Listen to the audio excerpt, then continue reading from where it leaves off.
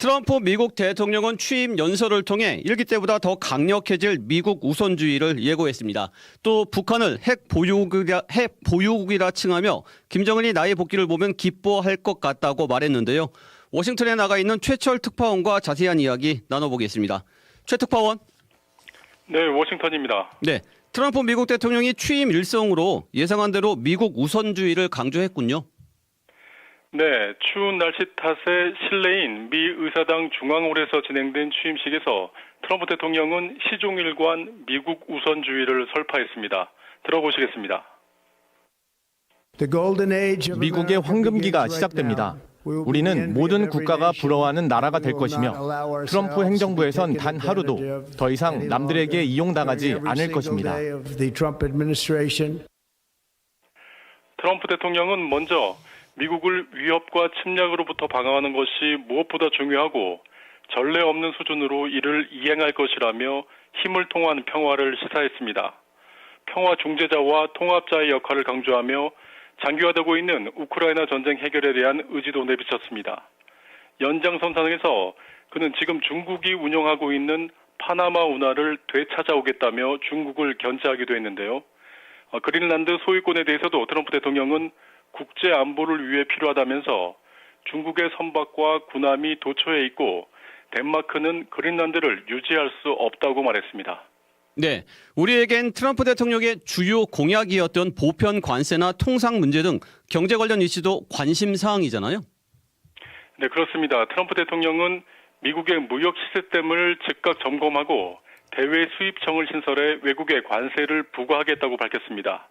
이에 대한 이유로 그는 우리 국민을 희생시키는 대신 외국에 관세를 부과해 우리 국민을 부유하게 만들겠다고 말했습니다. 다만 트럼프 대통령은 아직 준비가 되지 않았다고 밝혀 대상과 사안에 따라 순차적으로 진행하겠다는 뜻을 내비쳤는데요. 또한 트럼프 대통령은 미국 무역대표부에 기존 무역협정을 재검토하라고 지시했습니다. 한미 FTA도 기존 무역협정에 속하는 만큼 검토 대상에 들어갈 것으로 보입니다. 네, 그렇군요. 전임 바이든 행정부의 그린 뉴딜 폐지 등도 우리에겐 타격이 크겠지요. 그렇습니다. 트럼프 대통령은 바이든 행정부의 전기차 보급 확대 정책의 폐기를 지시하는 행정명령에 서명했습니다. 대신 자국 내 석유와 가스 시출을 계속 늘려갈 것이라며 미국 자동차 산업 부흥을 약속했습니다. 바이든 정부의 보조금 혜택을 기대하고 미국의 대규모 투자를 단행했던 국내 자동차 배터리 업계에서는 타격이 불가피할 것으로 보입니다. 트럼프 대통령은 파리 기후변화협정도 재탈퇴하기로 했는데요. 앞서 트럼프 대통령은 일기 재임 시절에도 이 협정에서 탈퇴한 적이 있습니다. 네, 한반도 문제도 짚어보겠습니다. 트럼프 대통령이 북한을 아예 핵 보유국으로 칭한 것도 이례적이지요. 네, 트럼프 대통령은 북한을 핵 보유국이라고 칭하고 첫 임기 때 김정은 국무위원장과 매우 친하게 지냈다고 밝혔습니다. 이 부분 들어보시겠습니다. 저는 김정은과 매우 잘 지냈습니다. 우리는 서로 좋아했습니다. 지금 그는 핵 보유국이 되었고 그는 제가 다시 돌아오는 것을 보며 기뻐할 것 같습니다. 이 같은 발언은 2017년 버락 오바마 대통령이 당시 첫 임기를 시작한 트럼프 대통령에게 주요 안보 위협으로 북한을 지목한 것처럼 조 바이든 대통령이 떠나면서 어떤 위협을 지목했느냐는 질문에 대한 답을 하면서 나왔는데요. 지금까지 미국 정부는 북핵을 공식적으로 인정하지 않았는데 입장 변화가 있는 건지에 대한 논란일 것으로 보입니다. 트럼프 대통령은 군 관계자들을 위한 취임식 무도회에서는 경기도 평택 소재의 미군 기지인 캠프 험프리스의 주한미군 장병들과 영상통화를 했습니다. 동맹국들의 방위비 확대를 강조하는 트럼프 대통령이 취임 직후 해외 주둔 장병과 첫 소통을 하면서 주한미국을 택한 배경이 주목됩니다. 네, 4년 전이지요. 1월 6일 의사당 폭력 사태 관련자들에 대한 사면도 단행했네요. 네, 그렇습니다. 첫 행정명령으로 이렇게 했는데요. 트럼프 대통령은 행정명령을 통해 4년 전 폭동 사태로 기소된 자신의 지지자 1,500명을 사면하고 14명을 감형했습니다. 또 남부 국경에 국가 비상사태를 선포하고 군대를 배치해 모든 불법 입국자를 구금하겠다고도 말했습니다. 출생 시민권 제도도 손보겠다고 했고요.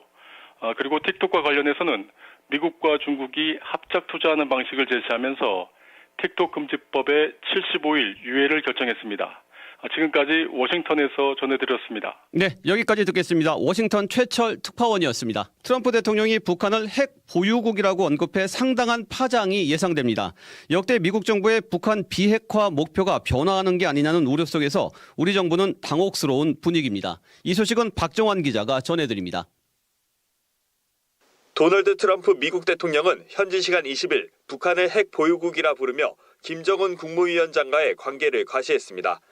트럼프 대통령은 난 김정은과 매우 우호적이었고 그는 나를 좋아했다며 이제 그는 뉴클리어 파워라고 향후 대화 재개에 대한 기대감을 드러냈습니다.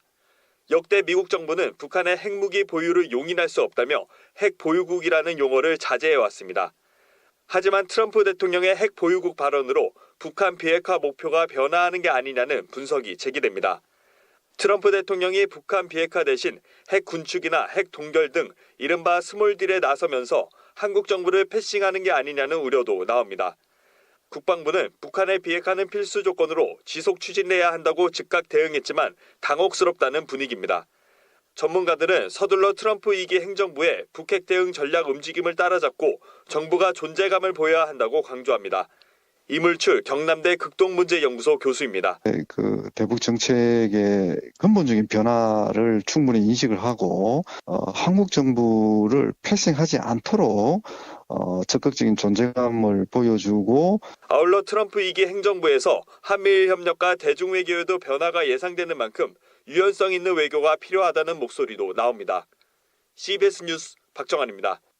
네, 트럼프 대통령 집권 2기가 본격 시작되면서 미국의 주한미군 감축과 중국 포위망 참여 요구 등 우리 안보 환경에도 거센 외풍이 불어닥칠 것으로 전망됩니다. 홍재표 기자가 보도합니다.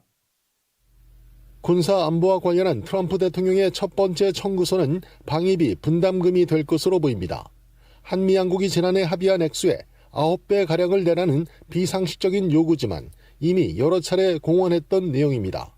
트럼프 대통령은 부자 나라 한국이 이에 불응할 경우 주한미군을 철수하겠다며 압박하고 있습니다. 중국을 목전에 둔 세계 최대의 평택기지라는 전략적 가치 등을 감안하면 거친 협상술로 치부할 수도 있지만 트럼프 집권 2기는 1기 때보다 훨씬 매운맛을 보여줄 것이라는 전망도 많습니다. 하지만 그렇다고 미국의 요구에 순응하는 기존의 쉬운 선택을 답습하는 것은 미봉책에 불과하다는 지적이 나옵니다. 미국 우선주의가 대세가 된 이상 차라리 주한미군 감축을 어느 정도 인정하되 전시작전권 환수 등 자주 국방에 나서는 게 궁극적인 평화 보장의 첫걸음이 된다는 것입니다. 문장열 전 국방대 교수입니다.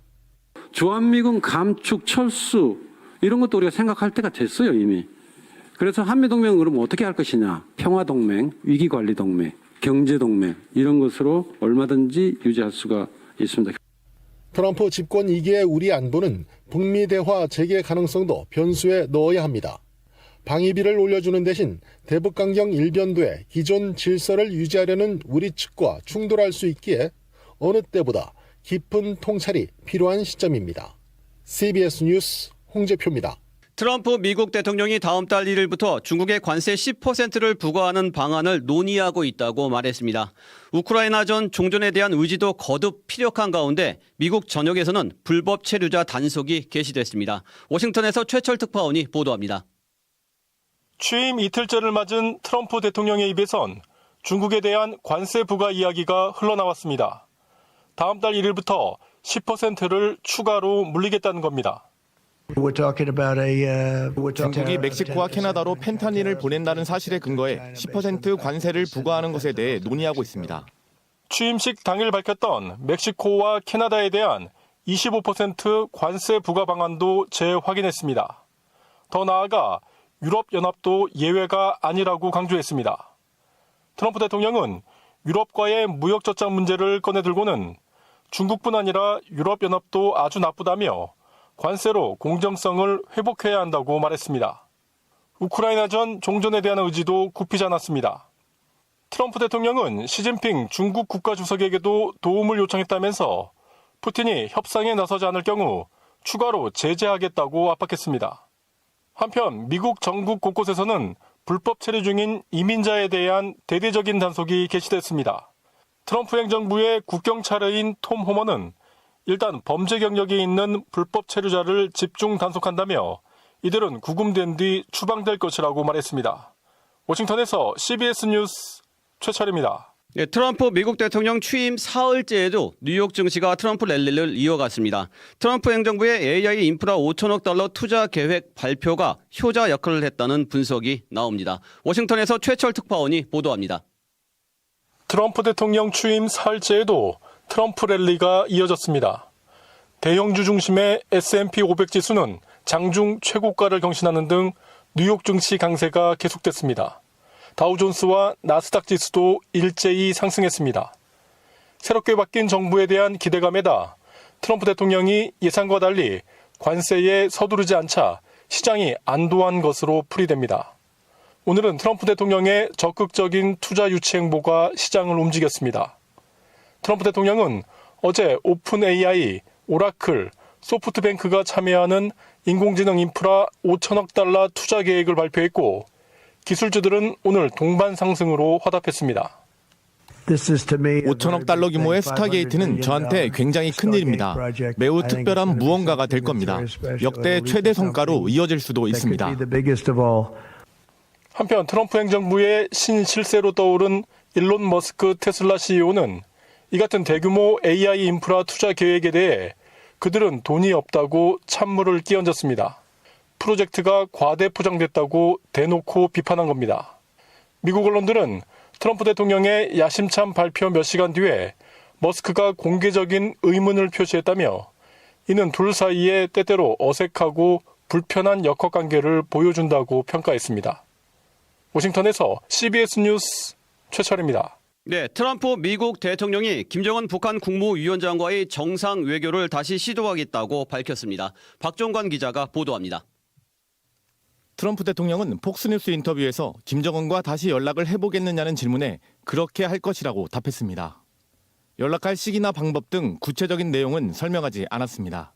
그러면서 지난 1기 행정부 당시 자신이 문제를 해결했고 김 위원장과도 잘 지냈다고 말했습니다.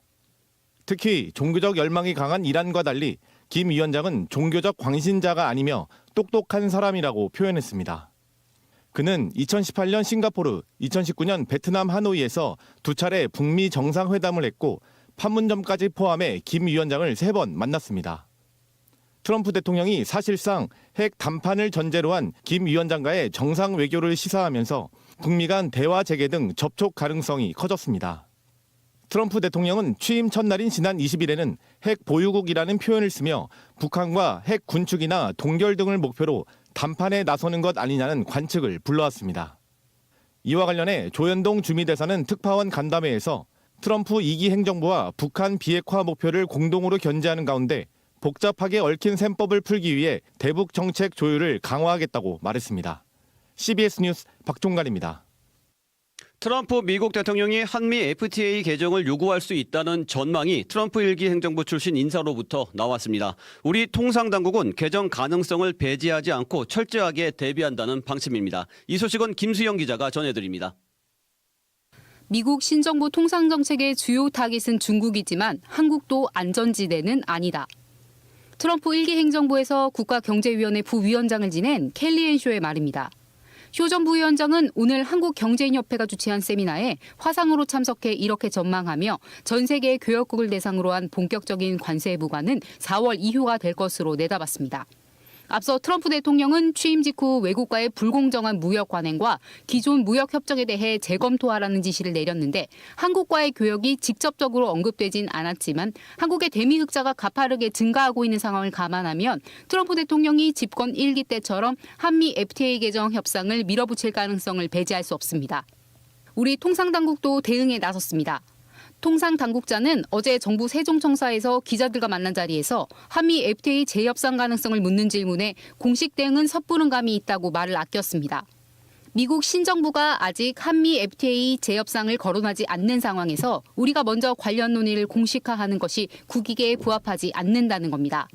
다만 트럼프 신정부가 중시하는 무역 균형 추구를 위해 미국산 원유와 가스 등 에너지 상품 구매를 확대하는 한편 미국이 자국과 교역하는 모든 나라에 일률적으로 부과할 것으로 예상되는 보편 관세에 대해서는 철저하게 준비하겠다는 게 통상당국의 방침입니다. CBS 뉴스 김수영입니다. 도널드 트럼프 미국 대통령이 중국과 멕시코, 캐나다에 이어 유럽연합에도 관세를 부과하겠다고 으름장을 놨습니다. 양승진 기자가 보도합니다.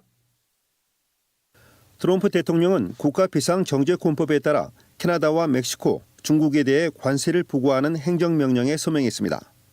이에 따라 오는 4일부터 석유와 천연가스를 제외한 캐나다산 물품과 멕시코의 모든 제품에 25%의 관세가 부과되고 중국 제품에는 10%의 추가 관세가 부과됩니다.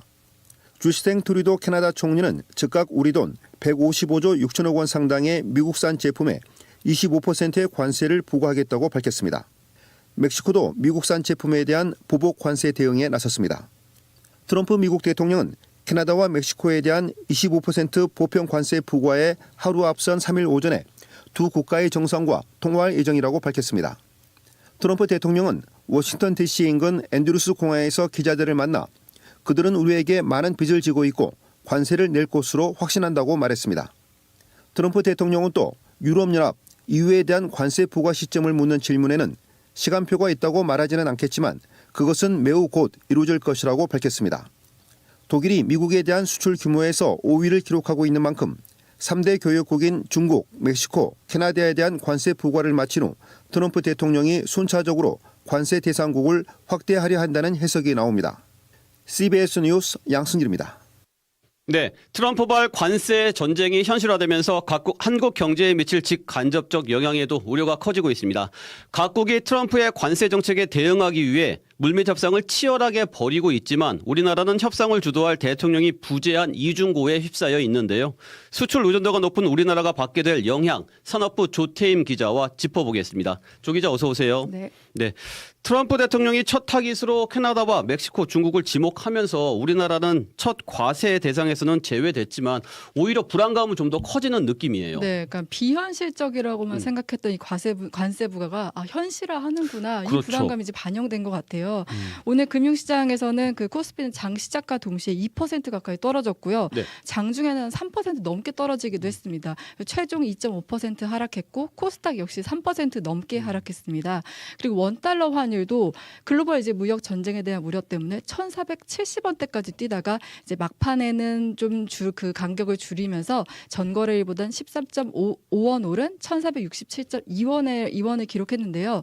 그 1,470원 돌파는 지난달 10일 이후 20여일 만입니다. 네. 그러니까 엄청난 변화를 보여줬다 볼 수 있고요. 그리고 비트코인도 하루 사이에 3.5% 하락하면서 10만 달러 밑으로 급락을 했습니다. 네, 그렇군요. 롤러코스터네요.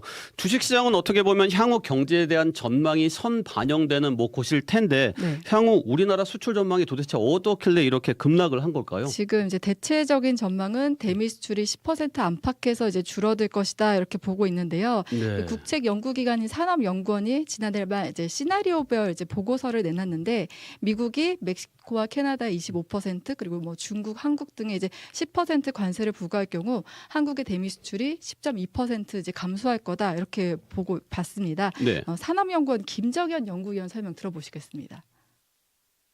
수출에서 큰 부분을 차지했던 것이 이제 대미 수출이었는데 이 부분이 이제 미국 쪽으로 생산이 되면서 대체가 된다면 그게 가장 큰 저희한테 위협이 될 거라고 생각은 하고 있습니다. 네, 그러니까 이 말은 미국의 관세 부과로 이제 가격 경쟁력이 떨어져서 수출이 줄어드는 효과도 있지만 이제 각 기업들이 자국책을 모색하는 과정에서 미국 현지 생산을 늘리게 되면은 네. 자연스레 한국의 수출이 줄어들 수밖에 없다는 얘기입니다. 그리고 또 다른 국책 연구기관인 대외경제정책연구원도 미국의 보편관세 정책이 현실화할 경우 우리나라 연간 총 수출액이 최대 448억 달러, 그러니까 우리 돈으로 하면 61조 6천억 원 정도 감소할 것으로 전망을 했거든요. 네. 이로 인해서 실질 GDP 또한 0.67% 감소할 수 있다 이렇게 보고 있습니다. 네. 대미 수출만 10%가 줄어든다. 이렇게 구체적인 수치로 들으니까 더 답답한 상황인데요. 앞으로 구체적으로 어떤 영향들이 좀 있겠습니까? 우선 이제 직접적으로는 멕시코와 캐나다에 공장을 둔 한국 기업들의 피해가 예상되는데요. 네. 멕시코와 캐나다는 이제 미국에 인접해 있잖아요. 그런데 인건비는 미국에 비해 저렴하고 그렇죠. 또 광물도 풍부합니다. 그리고 또 자유무역 협정 혜택까지 받을 수 있었어요. 그래서 한국 업체들로서는 이들 나라에서 직접 제조를 하는 게 이득이었는데 이게 트럼프 정부 들어서 이제 부메랑이 된 겁니다. 네. 그러면은 그 중국에 대한 관세 부과로 인해서 우리가 받게 될 영향은 뭐가 있을까요? 지금 중국에 대해서는 10% 관세 부과를 예고했는데 네. 10%가 어떻게 보면 약하게 보일 수도 있지만 중국산 전기차나 태양광 웨이퍼 같은 경우는 현재 지금 100%, 50% 관세 부과가 이루어지고 있는데 거기에 더 얹어서 네, 맞습니다. 네. 여기에 이제 추가 10%가 되고 이제 보편 관세 이제 10%를 적용하겠다는 거예요. 근데 그 중국의 영향이 뭐냐면은 한국의 대중 수출액이 1,330억 달러로 중국 역시 미국과 마찬가지로 한국의 양대 최대 수출국입니다. 네. 근데 중국에 대한 관세 부과가 이뤄지면 중국의 수출이 위축될 거고 그렇게 되면 우리나라의 중간재 수출 역시 줄어들 수밖에 없게 되는 겁니다. 그렇죠. 그리고 또 일각에서는 그 미국으로 수출이 줄게 되면 중국이 다른 이제 수출 시장을 넘보게 되면 이제 그 시장에서 한국과의 수출 경쟁이 더 심화될 것이다 이런 전망이 나오고 있습니다. 그렇군요. 지금까지는 미국이 다른 나라에 관세를 부과해서 미칠 간접적인 우리 수출 감소 영향에 대해서 좀 알아봤다면 네. 미국이 한국에 직접 관세를 부과하게 되면 뭐 그런 전망도 좀 나오잖아요. 네네네. 그러니까 지금 이제 미국은 이번 관세 조치에 대해서 뭐 불법 이민, 마약, 뭐 펜타닐 이런 위협에 자국민을 보호하겠다 이런 명분을 내세우긴 있지만 사실 이제 이들 국가의 공통점이 대미 무역 수지 흑자 규모가 큰 나라들이라는 거예요. 네. 미국 입장에서 중국은 무역 적자 1위국이고 멕시코는 2위, 캐나다는 6위인데 네. 한국이 이들 나라에 이어서 그 무역 수지 적자 8위 국가입니다. 아, 미국 입장에서는 네. 그렇죠. 그래서 이 때문에 이제 최근 거두고 있는 역대 최대 대미 수출 흑자 기록이 한국의 발목을 잡는 거 아니냐 이런 우려가 나오고 있고요. 또 하나 주목할 점은 멕시코와 캐나다는 미국의 동맹국으로 FTA에 따라 관세를 거의 부과하지 않았었는데 이번 트럼프의 관세 조치가 이 동맹국도 예외 없다 이걸 보여주는 거예요. 그렇네요. 지금 트럼프 대통령은 당장 이제 반도체 철강에도 18일쯤 관세를 부과할 것이라 예고를 했고 4월 1일까지 FTA 개정 필요성도 이제 보고하도록 관련 부처에 명령을 내렸는데 이 모든 예고가 한국 입장에서 좋을 게 하나도 없는 상황입니다. 그러네요. 지금 금융시장도 오늘 불안했고 네. 수출 감소 우려도 나오는데 지금 가장 답답한 건 이 상황을 뭐 지휘할 경제 컨트롤 타워 대통령이 없다는 점도 우리에겐 큰 부담이에요. 네, 지금 각국 정상들이 물밑에서 뛰고 있는데 한국은 그야말로 뛸 사람이 없는 상황이에요. 네. 당장 일본 이시바 시게루 총리가 이번 주 지금 미국 방문해서 한일 정상회담, 미일 정상회담을 한다고 하는데 우리나라는 정상회담에 뛰어들 이제 대통령이 부재한 상황이잖아요. 그렇죠. 산업통상자원부가 오늘 통상교섭본부장 주재로 이제 회의를 열고 모든 협력 가능한 채널을 동원해 이제 대응을 하겠다고 했지만 이 협상 파트너의 무게감 자체가 다를 수밖에 없습니다. 제가 이제 몇몇 연구위원들한테 이제 전화를 해봤는데 이제 개인적인 견해라면서 이름을 밝히기는 어려운데 네. 한 경제학자는 현재 거의 무정부 상태에서 이제 아이고야. 관세 폭탄을 맞아야 한다 이렇게 네. 표현을 하기도 했고 또 다른 경제학자 역시 지금 현재 딱히 뾰족한 방법이 없다 이렇게 말하기도 했습니다. 네, 그렇군요. 오늘은 여기까지 듣겠습니다. 산업부 조태임 기자 수고하셨습니다. 지난 밤 사이 도널드 트럼프 미국 대통령이 멕시코와 캐나다를 겨냥한 25% 관세 부과를 한 달 동안 유예하기로 했는데요. 하지만 중국에 대한 10% 추가 관세는 오늘 발효됐습니다. 이에 중국은 일부 미국산 수입품에 대해 최대 15%의 추가 관세를 부과하기로 하는 등 바로 보복에 나섰습니다. 베이징에서 임진수 특파원이 보도합니다. 트럼프발 관세 전쟁에 중국이 즉각 보복 조치를 내놨습니다. 중국 당국은 오늘 미국산 석탄과 액화 천연가스의 15%, 원유와 대형 자동차 등의 10%의 추가 관세를 부과하겠다고 밝혔습니다. 동시에 일부 품목에 대한 수출 통제 조치도 발표했는데 텅스텐, 비스무트 등 반도체와 군수품 제조에 쓰이는 핵심 원자재입니다. 또 유명 의류 브랜드 캘빈 클라인의 모기업 등 미국 기업 2곳을 블랙리스트에 올려 제재하는가 하면 미국의 빅테크 기업 구글을 반독점법 위반 혐의로 조사하기로 했습니다. 중국 당국의 이런 일련의 조치는 미국 워싱턴 현지 시간으로 4일 0시를 기해에 공개됐습니다. 중국산 수입품에 10%의 추가 관세를 부과하기로 한 트럼프 대통령의 행정명령이 발효된 시간에 맞춘 것으로 보복 조치라는 사실을 숨기지 않은 겁니다. 다만 미국산 수입품에 대한 추가 관세 부과 조치의 경우 발효 시기를 오는 10일로 정하면서 미국과의 협상 여지를 남겨뒀습니다. 트럼프 대통령도 중국과의 협상 가능성을 내비치기도 했지만 한편으로는 협상이 틀어지면 추가 관세를 부과하겠다고 압박했습니다. 10% 관세 부과는 시작에 불과합니다. 만약 중국과 합의를 이루지 못하면 관세는 상당히 올라갈 것입니다. 트럼프 대통령은 멕시코와 캐나다에 부과하기로 했던 25% 관세는 한 달간 유예하기로 했다는 점에서 미국의 관세 전쟁이 중국으로 좁혀지는 모양새입니다. 베이징에서 CBS 뉴스 임진수입니다. 지금까지 CBS 박지환의 뉴스톡이었습니다. 노컷으로 보는 뉴스의 새로운 기준, 지금 알림과 구독 설정하시고 함께하세요.